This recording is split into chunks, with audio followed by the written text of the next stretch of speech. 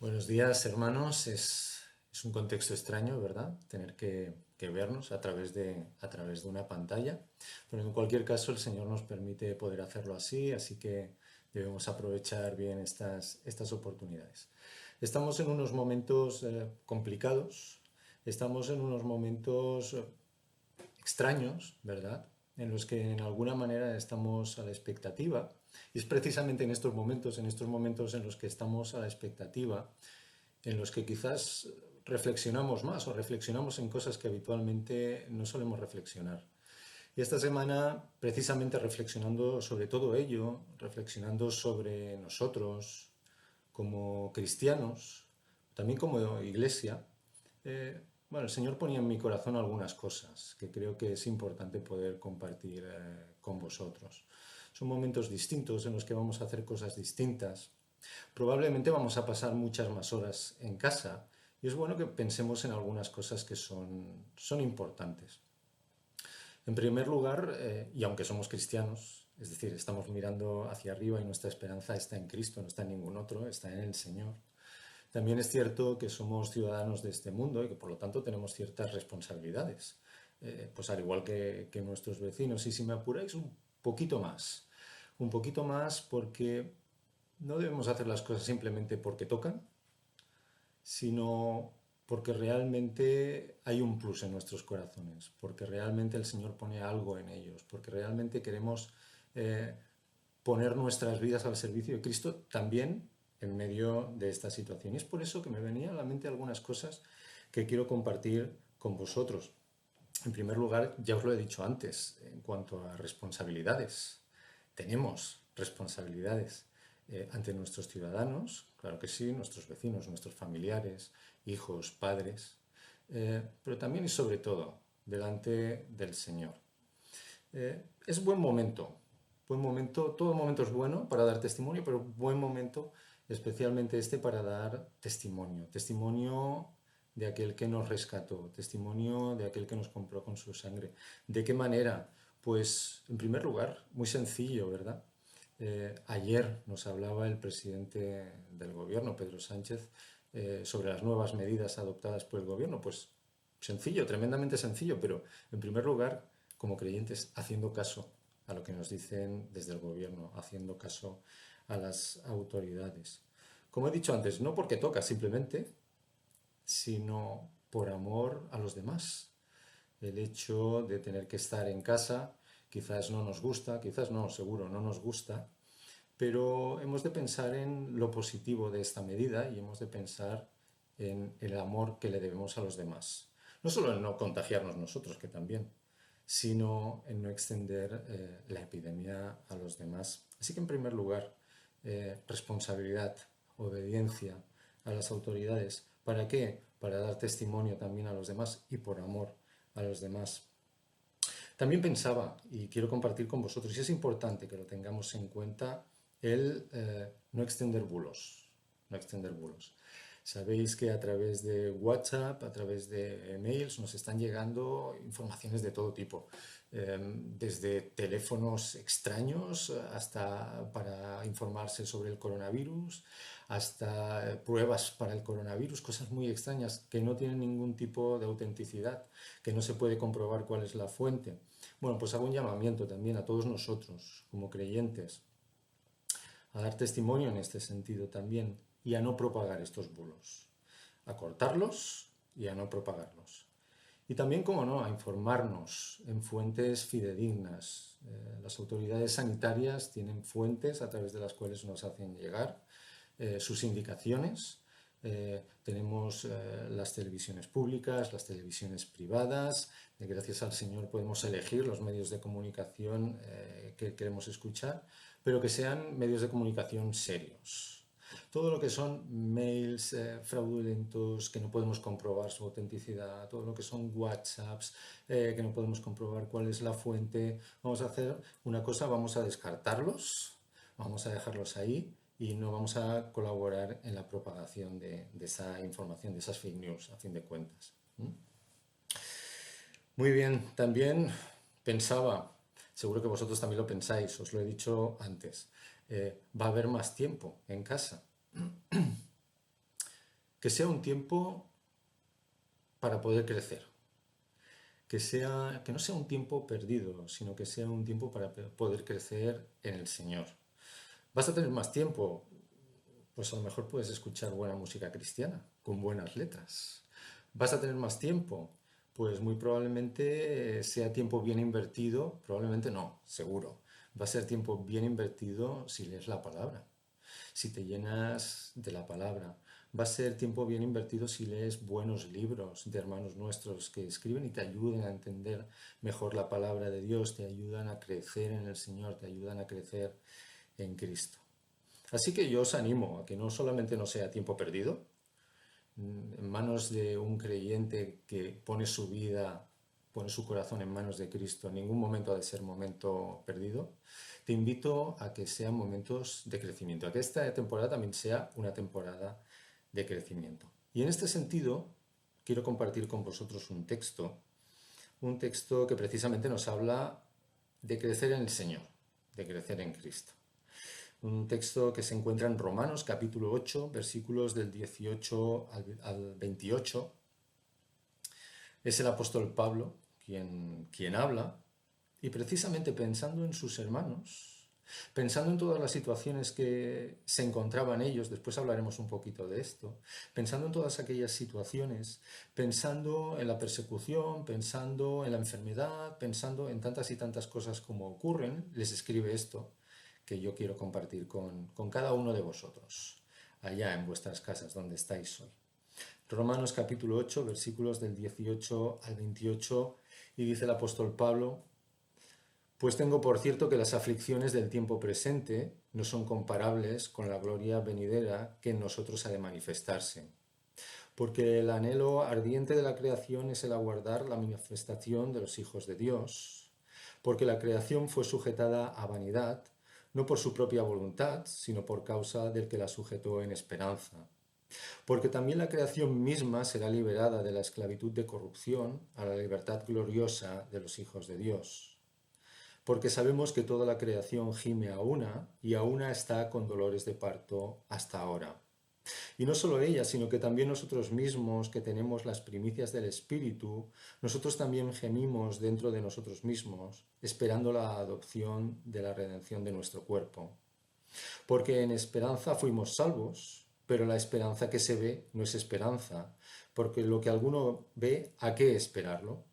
Pero si esperamos lo que no vemos, con paciencia lo aguardamos. Y de igual manera el Espíritu nos ayuda en nuestra debilidad, pues qué hemos de pedir como conviene no lo sabemos, pero el Espíritu mismo intercede por nosotros con gemidos indecibles. Mas el que escudriña los corazones sabe cuál es la intención del Espíritu, porque conforme a la voluntad de Dios intercede por los santos. Y sabemos que a los que aman a Dios todas las cosas les ayudan a bien, esto es, a los que conforme a su propósito son llamados. Porque a los que antes conoció también los predestinó para que fuesen hechos conformes a la imagen de su Hijo, para que Él sea el primogénito entre muchos hermanos. Que el Señor bendiga su palabra. Fijaos que en este texto el Señor, en esta situación, por lo menos a mí, me está hablando con claridad. Yo espero que a vosotros también os hable con claridad. Si os habéis fijado en el versículo 22, dice: porque sabemos que toda la creación gime a una y a una está con dolores de parto hasta ahora. Lo que vemos delante no es otra cosa que la creación con dolores de parto. Lo que vemos delante no es otra cosa que una creación afectada por el pecado. Es cierto. Pero en este texto hay una esperanza tremenda para todos nosotros y un llamado a, en medio de estas situaciones, no solo quedarnos quietos, no es una cuestión de quedarnos quietos, es mucho más que eso, es activo, es a crecer en Cristo. Y el último de los versículos lo aclara de una manera no solo enfática, sino que además preciosa. Voy a leer no solo el 29, voy a leer el 28 también. Dice: y sabemos que a los que aman a Dios, todas las cosas, todas, también lo que estamos pasando ahora, todas las cosas ayudan a bien, esto es, a los que conforme a su propósito son llamados, porque a los que antes conoció también los predestinó para que fuesen hechos conformes a la imagen de su Hijo, para que Él sea el primogénito entre muchos hermanos. Para que seamos hechos conformes, es decir, a la forma a la forma, para que tú, para que yo, seamos hechos a la forma de Cristo. Que el Señor nos ayude a aprovechar estos momentos para dar testimonio, como he dicho antes, pero no solo para dar testimonio a los demás, sino para nosotros mismos crecer en aquel que nos ha amado y que ha derramado su vida por cada uno de nosotros. Que sean momentos para crecer en Cristo. Muy bien, pues vamos a continuar con la EDA, con la Escuela Dominical de Adultos. Hoy nos tocan las persecuciones en el siglo III. Nosotros lo estamos pasando mal, somos conscientes de ello, pero cuando miramos al pasado nos damos cuenta de que hay hermanos nuestros que lo pasaron mucho peor, que incluso, lo vamos a ver después, pagaron con sus mismas vidas el dar testimonio de Cristo. Y creo que siempre es bueno poder ver el testimonio de hermanos nuestros, actuales, vivos, ¿verdad? Nos llenan, el Señor nos habla por medio de ellos, pero también por medio de aquellos que vivieron en otro momento histórico. Así que hoy vamos a estar viendo eso, las persecuciones en el siglo III. Vamos a hacer un poco de memoria, vamos a recordar, ni que sea brevemente, lo que estaba ocurriendo en el siglo II. Lo vimos en otras escuelas dominicales, pero vamos a repasar un poquito. En el siglo II la Iglesia experimenta una cierta paz, experimenta una cierta tolerancia. Iba a decir libertad, pero no sería libertad, sería una cierta tolerancia por parte del Estado. Pero no porque el Estado se haya vuelto bueno, permitidme la expresión, o porque no, sino porque el Estado romano, el Imperio romano, está ocupado con un par de cosas que no le dejan tiempo para dedicarse a perseguir a los cristianos. ¿Cuáles son ese par de cosas? Pues mirad, en primer lugar, que las fronteras están siendo traspasadas por los pueblos bárbaros. Es decir, las legiones imperiales no saben cómo hacerlo para detener a la marea humana que está entrando desde los limes, desde las fronteras del imperio. Están cruzando el Danubio, están cruzando el Rin y las legiones imperiales se ven incapaces de frenarlos. Esto por un lado, es decir, hay un peligro externo. Pero también hay un peligro interno, también hay una amenaza interna que quizás fue incluso más devastadora que la externa, porque a lo largo y ancho del imperio todo eran guerras civiles entre unos generales y otros por hacerse con el poder. Así que a lo largo del siglo II lo que vemos es un imperio romano que está distraído con otras cosas y que por tanto deja cierta libertad, cierta tolerancia a nuestros hermanos durante ese siglo. ¿Qué ocurre en el siglo III? Pues no es que mejore la situación del imperio no mejora, pero sí que cambia de política. Y en vez de dedicarse a según qué cosas, a lo que se va a dedicar es a la uniformización del imperio. Quiere que todo el imperio tenga unas características comunes en algunas áreas que considera que son vitales para la unidad del Estado. Hay dos emperadores que se van a dedicar a imponer esa uniformización de forma sistemática y a lo largo de todo el imperio. Y son Septimio Severo y son Decio. Septimio Severo y Decio son dos emperadores que no van a perseguir a los cristianos en alguna ciudad en concreto, como había ocurrido en el año 64 con Nerón, por ejemplo. Nerón quizás es el más famoso de todos los emperadores que persiguen, pero solamente persiguió en la ciudad de Roma. No ejecutó una persecución general en todo el imperio. Estos dos emperadores, tanto Septimio Severo como Decio, lo van a hacer a lo largo y ancho del imperio, porque va a ser una política imperial. En el primero de los casos, en el caso de Septimio Severo, consigue unificar políticamente al imperio, es decir, consigue ser él el único emperador a nivel estatal, a nivel de todo el Estado, y sigue tres líneas políticas muy bien definidas, que él considera que son tremendamente importantes. En primer lugar, obviamente, evitar las guerras civiles, Para ello, toma el poder absoluto de los ejércitos e intenta sofocar cualquier tipo de rebelión que pueda haber a lo largo y ancho del imperio. Esto en primer lugar. En segundo lugar, también es obvio, ¿verdad? Frenar de alguna manera a los bárbaros, frenar las invasiones bárbaras, fortalecer el imperio en sus fronteras exteriores. Sin embargo, es la tercera línea de actuación la que más nos interesa a nosotros, porque fue la que afectó a nuestros hermanos a lo largo del siglo III. Es la línea que usó él, pero la que van a estar usando distintos emperadores. Y es la de unificar todas las religiones. Es decir, hacer sincretismo, coger todas las religiones que había polulando en el imperio, que eran muchas, era un imperio lleno de dioses, lleno de religiones, unificarlas en una sola religión.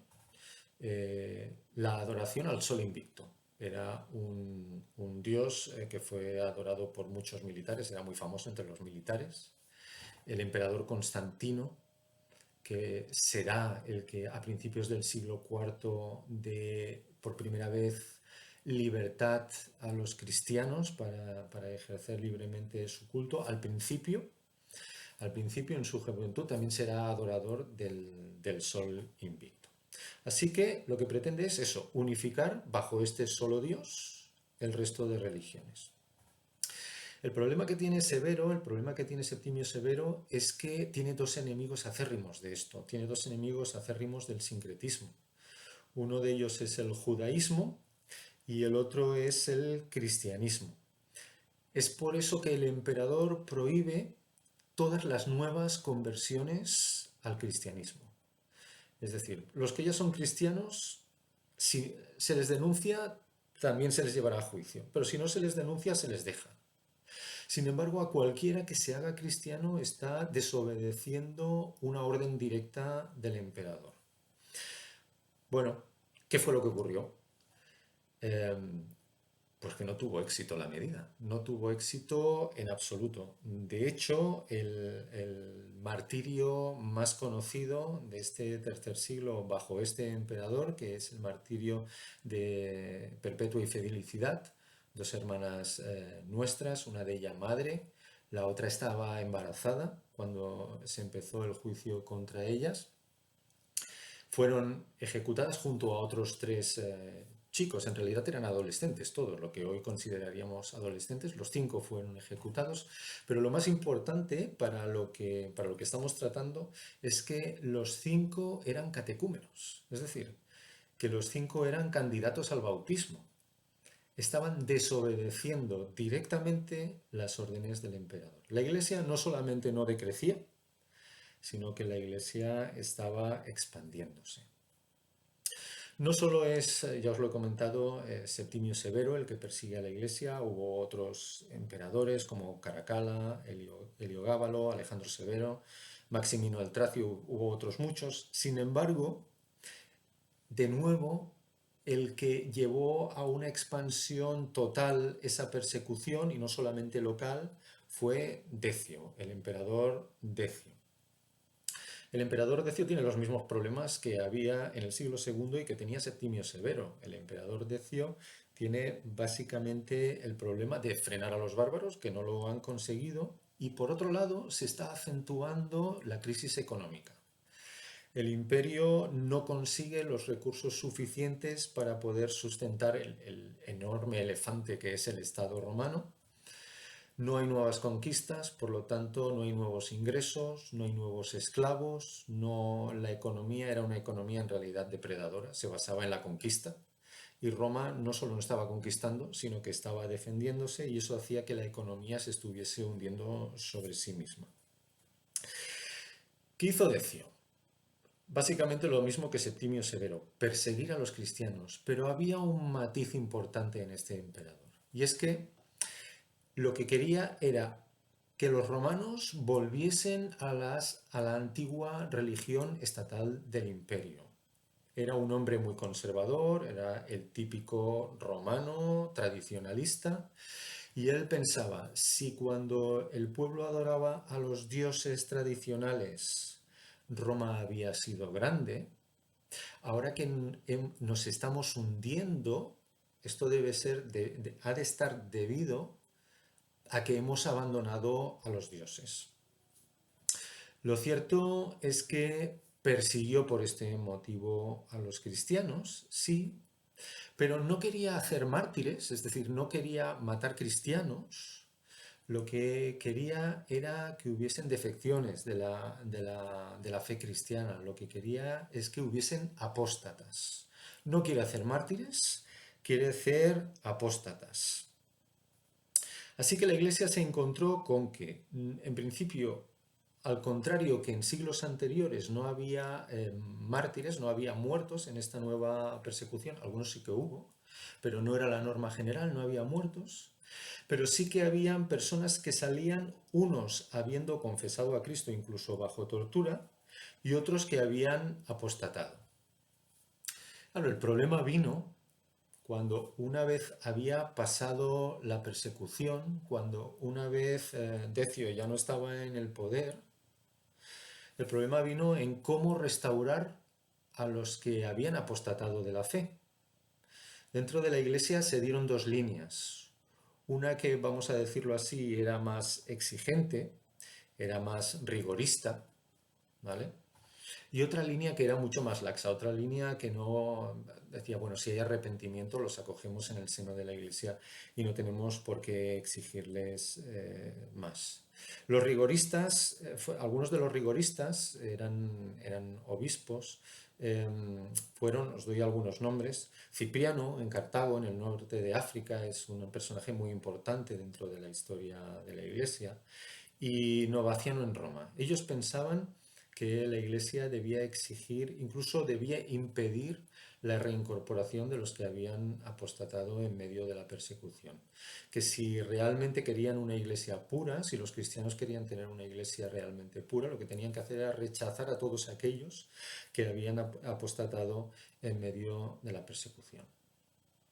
Claro, como ya os he dicho, no todos estaban de acuerdo. Había unos que pensaban que debían ser estrictos y había otros que pensaban que habían de aplicar de más misericordia, entender cada caso particularmente porque las situaciones fueron muy distintas durante la persecución y que por tanto había que incorporar otra vez en la Iglesia, volver a comunión a la Iglesia, a los creyentes que realmente experimentasen arrepentimiento. ¿Qué es lo que ocurrió? Lo que ocurrió es que hubo un cisma es una separación de la Iglesia, hubo un cisma tanto en Roma, fueron momentáneas estos cismas, pero lo cierto es que hubo una separación de la Iglesia tanto en Roma como en Cartago, en el norte de África. La Iglesia se vio fuertemente sacudida por este problema.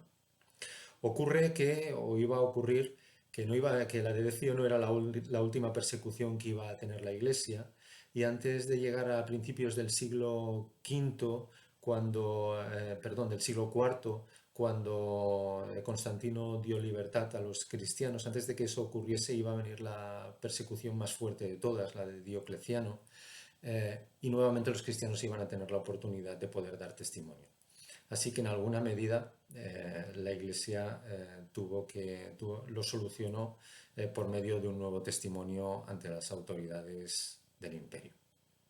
En cualquier caso, habría muchos detalles muy interesantes en todo esto, no podemos alargarnos mucho más.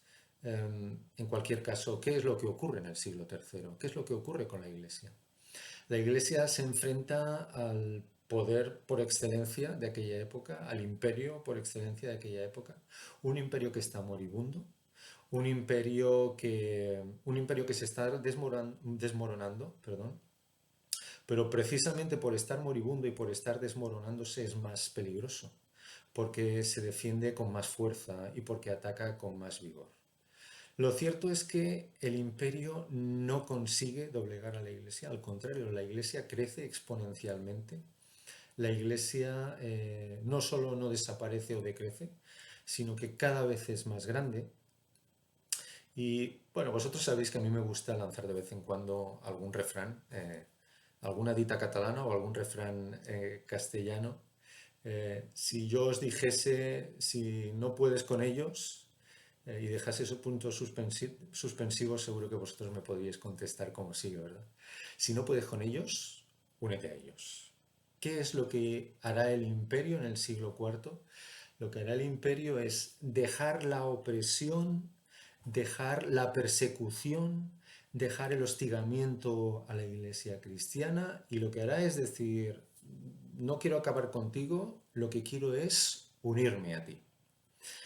Bueno, esto lo veremos en otra escuela dominical porque es tema para mucho tiempo, pero ya os puedo avanzar que fue mucho, mucho más perjudicial para la Iglesia, tanto en el siglo IV, V, como para los siglos que iban a venir por delante, la unión del Estado con la Iglesia, que todos los siglos de persecución que se habían padecido anteriormente. Las buenas maneras, las buenas formas, incluso el privilegiar o el dar, sí, privilegiar, dar privilegios a aquella iglesia de los siglos IV, V y siguientes, iba a hacer mucho, mucho más daño al Evangelio y a la iglesia misma que los siglos de persecución. Lo vamos a dejar aquí. Que el Señor nos ayude a tomar aliento en toda situación, también en la que tenemos por delante, de aquellos que nos han precedido en la fe, de aquellos que han combatido la buena batalla, pero sobre todo de aquel que les dio fuerzas a ellos y que nos las da a nosotros, y estoy convencido también, nos las seguirá dando tanto en esta situación como en lo que pueda venir por delante. Porque no hay nada, absolutamente nada, que nos pueda separar del amor que Dios tiene por cada uno de nosotros. Que el Señor nos bendiga a todos grandemente. Seguimos en contacto y seguimos confiando en el Señor.